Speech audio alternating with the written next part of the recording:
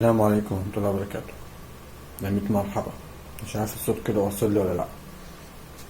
لسه يوم كده في الأسبوع اللي فات اللي احنا كنا اتكلمنا فيه قبل كده. انت هتطلع برا بخصوص الأسبوع بتاعك واليوم بتاعك، انت بتعدي ازاي وبتقضي ازاي.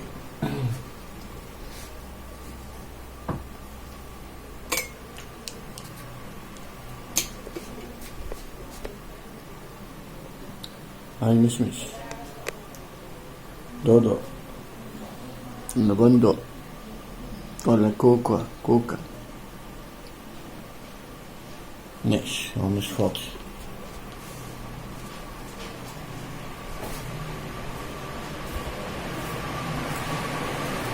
كنت بقول ساعتها انك انت تستغل يومك وتستغل وقتك كله في الحاجة اللي بتعملها. خلينا نعلق البتاع ده الصوت في الأول عشان الصوت يكون واضح. في حين ان كل اسبوع الواحد بيظبط اموره ان هو يعدل ويطور الاسبوع اللي بعد منه. في حين برضه ان كان الواحد بيبقى بيحرص دايما ان هو كل يوم يجري شوية عشان يقدر انه يمارس الرياضة ويظبط اموره في الرياضة، ولكن مش دايما هتظبط معاك زي ما انت متخيل. بس الفكرة انك انت بتحاول تظبط امورك عشان الموضوع يبدأ يتظبط وتبدأ تبقى متحكم في يومك وفي حياتك. طبعا الحمد لله كان في إصابة عمل، الحمد لله الواحد بدأ يخف منها ويفوق. وفي حين ان انا في اجازة في البيت فبحاول ان انا اسجل الفيديو ده زي الفيديو اللي قبل منه عشان اقدر ان انا اوثق الكلام ده. اللي انا عايز اقوله ايه، ان يومي اول ما ببدأ بالصلاة وبعد ما بخلص الصلاة ببدأ اشوف الحاجة اللي انا بطور نفسي فيها وبتعلمها وببدأ اشتغل عليها. زي ما قلت قبل كده بدي لنفسي تايم في الحاجة اللي انا بشتغل عليها دي، يعني ما بشغلش بالي بأي حاجة غير ان انا اخلص التايم ده، علشان ده مهم قوي. مهم انك انت لما تبدأ حاجة تخلصها ايا كانت الحاجة دي اللي انت بتتعلمها، ان انت لما تبدأ حاجة تشتغل عليها لحد ما تخلصها. انا لما ببدأ حاجة بعمل تايم نص ساعة، ما بعملش اي حاجة تانية في خلال النص ساعة دي غير لما بكون مخلص النص ساعة في التايم في الحاجة اللي انا شغال عليها. سواء بتفرج على فيديو اونلاين للتعليم، سواء بكتب حاجة، سواء بتعلم حاجة على الكيبورد، سواء بكتب حاجة على التليفون، او في حاجة بذاكرها. ايا يكن الشيء اللي انا بتعلمه ده او الشيء اللي انا بمارسه ده، المهم ان في تايم ان انا معديش وان انا مسيبش الموضوع كده. لازم اخلص التايم. لو انا بقرأ فانا بدي لنفسي نص ساعة، بدي لنفسي ساعة لحد ما اخلص القراءة، وبعدين أبدأ أشوف أموري، أبدأ أشوف حاجة تانية هعمل إيه، هنسوي إيه، ظبط إيه.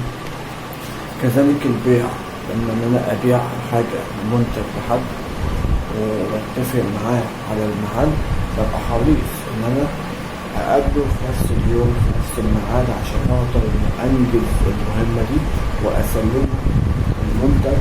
وفي نفس الوقت أبقى أنا خلاص أنا ده قايم عامله أو ده هدف أنا كاتبه في القايمة، فبحاول إن أنا أنجزه. وبعد ما بأنجزه بظبط أموري إن في هدف كده تعمله مع العوامل صح.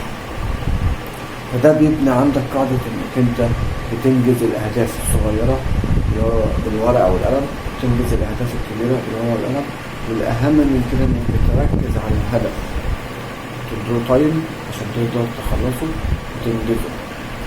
ودي من أهم حاجة ومن أهم السمات اللي هو تخليك إنك أنت الهدف اللي موجود بتحاول إنك تنجزه عشان تقدر تشوف اللي بعد منه وتنجزه وتشوف اللي بعد منه وهكذا. غير كده أنت مش هتقدر إنك أنت تظبط أمورك في الأهداف عشان تخلصها في أوقات. فده المقصد من الفيديو دلوقتي. انا هقفل دلوقتي عشان هعمل ايه، اروح ابدأ الكورس بتاعي اللي هو انا باخد ساعة حفظ وإعداد متابعة ومراجعة، عشان في وقت معين كده يبقى اللغة عندي تاني لغة مع العربي، عشان دي اللي بتفيدني في البيزنس اونلاين اللي انا بعمله، سواء في الفيديوهات اللي انا بسجلها او في البيع اونلاين، او من ناحية تانية في الكتب اللي انا بحاول ان انا ارجع لها عشان استفيد اكتر من طرق النجاح والبيزنس اللي انا اكبره في شغلي. اما الفيديو بتاع النهارده ده كان توثيقا في ان انا حتى وانا قاعد اجازة في البيت، اجازة إصابة عمل، فبرضو بظبط اموري ان انا استغل يومي كله من بدري قوي، لكن منامش مضيعش اليوم كله في النوم على اعتبار ان انا اجازة.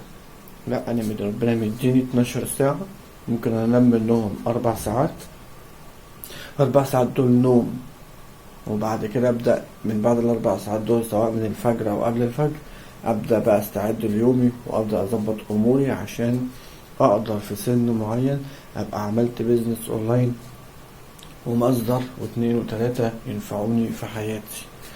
وبس كده، وما توفيقي الا بالله، عليه توكلت وعليه انيب، والسلام عليكم ورحمة الله وبركاته. باي.